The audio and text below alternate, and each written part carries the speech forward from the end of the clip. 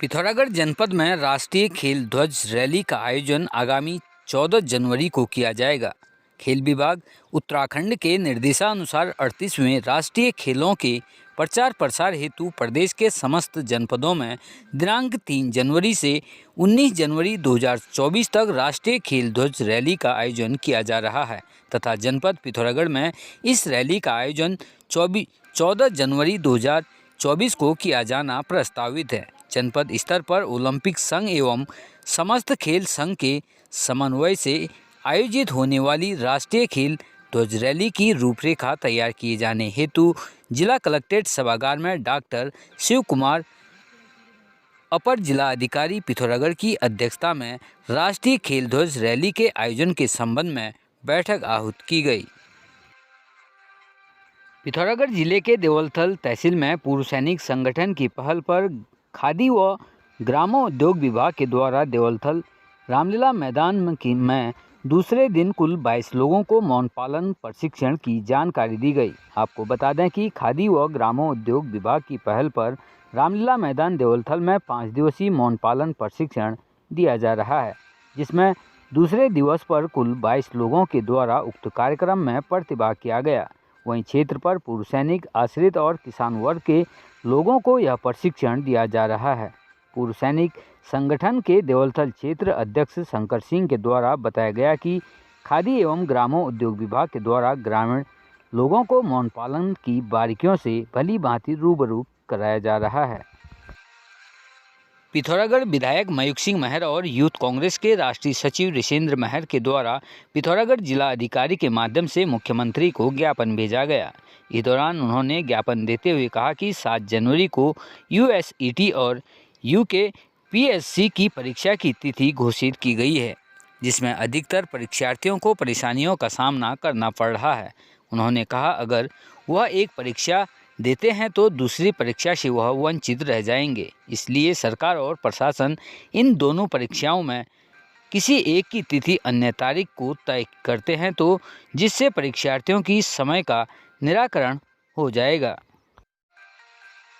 पिथौरागढ़ पूर्व सैनिक संगठन के द्वारा नए वर्ष पर पूर्व सैनिक गौरव अभियान को आरंभ किया जा रहा है, जिस पर संगठन दूरस्थ क्षेत्र पर निवासरत पूर्व सैनिकों के साथ संपर्क करते हुए बैठक शिविरों का आयोजन करेगा, जिससे अधिक से अधिक पूर्व सैनिकों को एक छत्र पर संगठन के साथ लाने और पूर्व सैनिकों को एकजुट करने का संगठन के संकल्प को स्थापित किया जाएगा, ताकि पूर्व सैनिकों को आ रही किसी भी परेशानी और दिक्कतों को दूर कर सैनिकों के गर्व को स्थापित किया जा सके।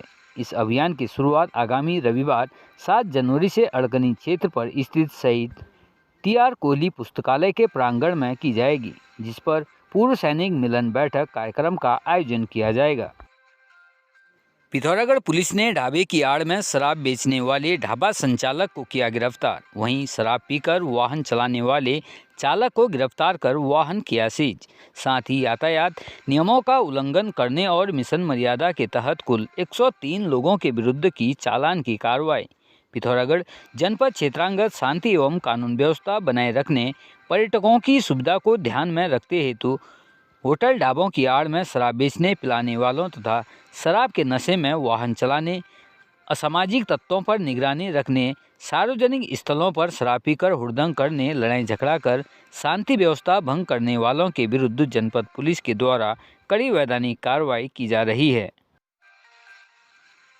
पिथौरागढ़ जिले के कनालचना थाने में किशन सिंह भंडारी के द्वारा बीते दिवस फोन से सूचना दी गई कि चंद्र प्रकाश जोशी के द्वारा फांसी लगाकर आत्महत्या की गई है, जिस पर थाना अध्यक्ष एसओ मय हमराही पुलिस बल मौके पर पहुंचकर देखा तो मृतक चंद्र प्रकाश पुत्र मथुरा दत्त जोशी निवासी ग्राम कंडाली थाना कनालचना धोती के सहारे फांसी पर लटका हुआ था, जिसे पुलिस बल के द्वारा ग्रामीणों की सहायता से नीचे उतारा गया तथा परिजनों की मौजूदगी में शव के पंचनामा की कार्रवाई की गई। तत्पश्चात शव को जिला मोर्चरी भिजवाया गया।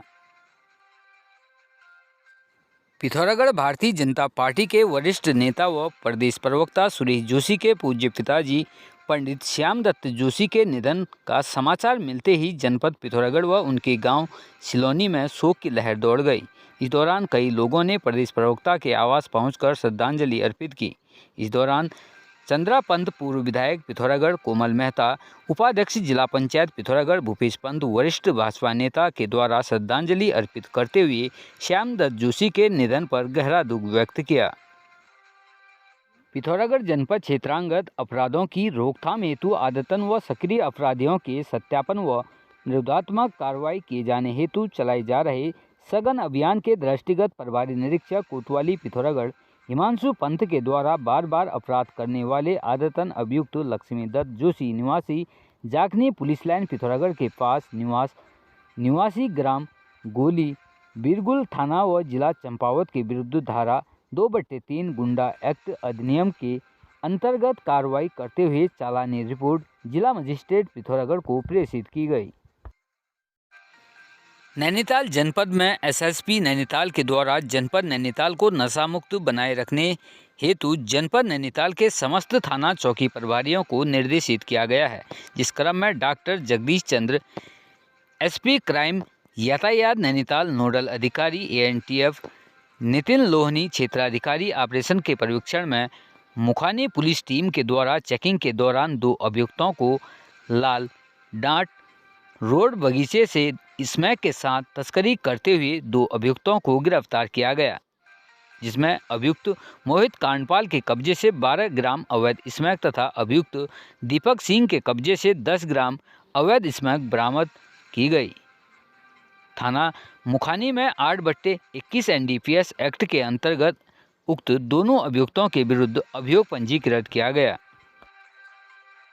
उत्तराखंड हरिद्वार के कनखल थाना पुलिस को बड़ी सफलता हाथ लग गई है।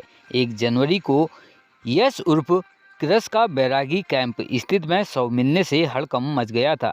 मृतक के परिजनों के द्वारा दी गई शिकायत पर पुलिस के द्वारा तुरंत मुकदमा दर्ज कर जांच शुरू की गई थी। साथ ही आसपास के सीसीटीवी कैमरों को खंगाला गया था, जिस पर पुलिस ने इस मामले में खुलासा कर दिया है।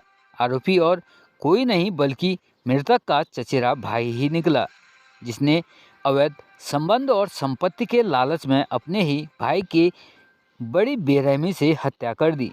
वहीं पुलिस के द्वारा पूछताछ में आरोपी ने अपना जुर्म कबूल लिया। पुलिस ने हत्या का मुकदमा दर्ज कर आरोपी को फिलहाल जेल भेज दिया है।